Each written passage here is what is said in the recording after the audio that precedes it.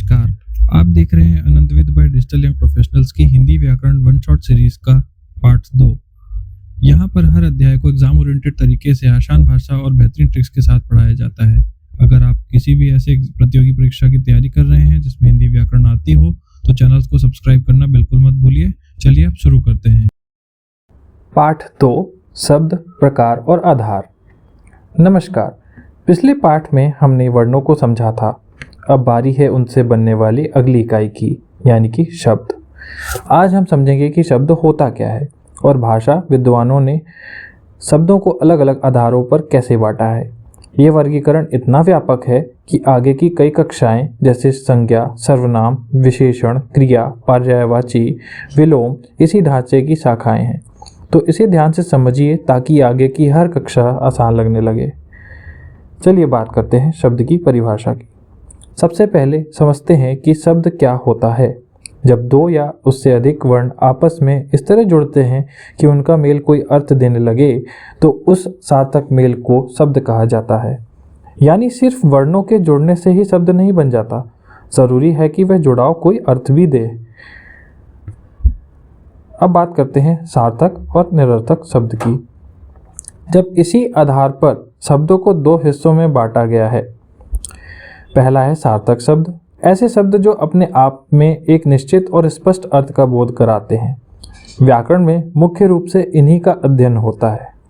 दूसरा है निरर्थक शब्द, ऐसे शब्द जो अकेले कोई अर्थ नहीं देते लेकिन किसी सार्थक शब्द के साथ जुड़कर उसके अर्थ में एक विस्तार या जोर जोड़ देते हैं। चूंकि इनका अपना स्वतंत्र अर्थ नहीं होता, इसलिए व्याकरण में इनका अलग से अध्ययन भी नहीं होता। वर्गीकरण के 4 आधार। अब शब्दों को विद्वानों ने केवल एक नहीं बल्कि 4 अलग अलग आधारों पर वर्गीकृत किया है। पहला आधार है उनकी बनावट यानी व्युत्पत्ति। दूसरा आधार है उनकी उत्पत्ति यानी वे ऐतिहासिक रूप से कहाँ से आए। तीसरा आधार है उनका व्याकरणिक प्रयोग यानी वाक्य में उनका रूप बदलता है या नहीं। और चौथा आधार है उनका अर्थ। आइए इन चारों को एक एक करके समझें। तो पहले बात करते हैं आधार 1 की, यानी कि बनावट या फिर व्युत्पत्ति।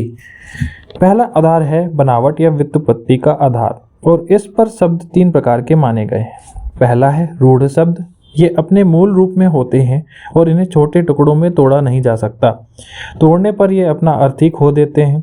दूसरा है यौगिक शब्द, ये 2 स्वतंत्र शब्दों के मेल से बनते हैं और तोड़ने पर भी दोनों हिस्से अपना अपना अर्थ बनाए रखते हैं।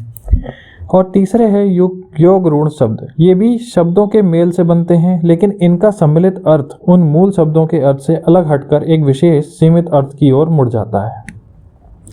फिर बात करते हैं आधार 2 की, यानी कि उत्पत्ति के आधार पर। दूसरा आधार है उत्पत्ति यानी ऐतिहासिक मूल का आधार, और इस पर शब्द 5 प्रकार के माने गए हैं। पहला तत्सम शब्द, ये सीधे संस्कृत से बिना किसी बदलाव के हिंदी में आ गए हैं।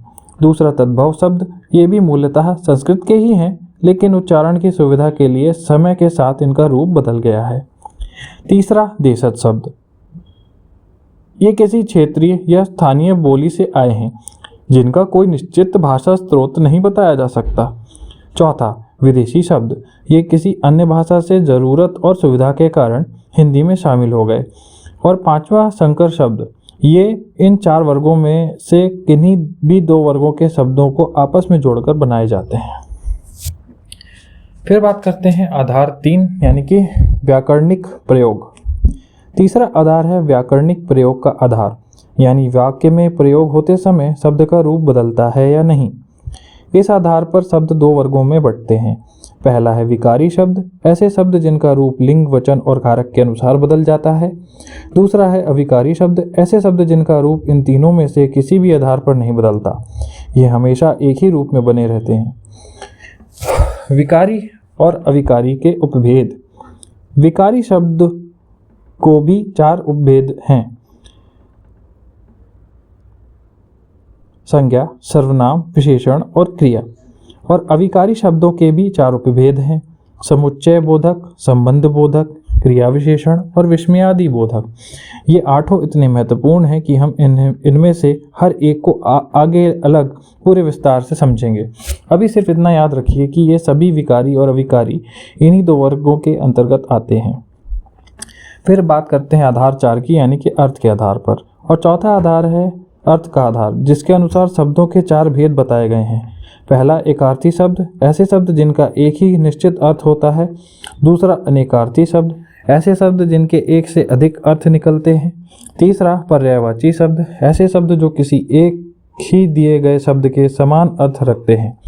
और चौथा विलोमार्थी या विपरीतार्थी शब्द, ऐसे शब्द जो किसी दिए गए शब्द के ठीक उल्टे अर्थ को दर्शाते हैं। इनमें से अनेकार्थी, पर्यायवाची और विलोम तीनों पर आगे अलग पूरे विस्तृत पाठ आने वाले हैं। तो चलिए अब बात करते हैं मेमोरी ट्रिक की। अब चारों आधारों को एक साथ याद रखने की तरकीब। 4 आधार हैं और इन्हें याद रखने के लिए 4 शब्द याद कर लीजिए, यानी कि बनावट, उत्पत्ति, प्रयोग और अर्थ। और हर आधार में कितने भेद हैं ये याद रखने के लिए एक संख्या क्रम अपनाइए। 3 5 2 4, 3 5 2 4, 3 5 2 4, यानी बनावट में 3 भेद, उत्पत्ति में 5 भेद, प्रयोग में 2 भेद और अर्थ में 4 भेद। 4 आधार और 3 5 2 4 का क्रम साथ बोलते ही पूरा ढांचा दिमाग में बैठ जाएगा। चलिए अब थोड़ा सा बात करते हैं इसके रिवीजन की। तो आज हमने समझा कि शब्द 2 या अधिक वर्णों का सार्थक मेल है और इसके सार्थक व निरर्थक 2 रूप होते हैं। फिर हमने देखा कि शब्दों को 4 आधारों पर बांटा गया है। बनावट के आधार पर ऋण, यौगिक और योग ऋण। उत्पत्ति के आधार पर तत्सम, तद्भव, भेषज, विदेशी और संकर। प्रयोग के आधार पर विकारी और अविकारी। और अर्थ के आधार पर एकार्थी, अनेकार्थी, पर्यायवाची और विलोमार्थी। यही 4 आधार आगे आने वाले कई पाठों की नींव भी हैं। अगले पाठ में हम शब्द शक्ति को समझेंगे। वीडियो पसंद आया हो तो लाइक करें और चैनल को सब्सक्राइब कर लें। मिलते हैं अगले पाठ में।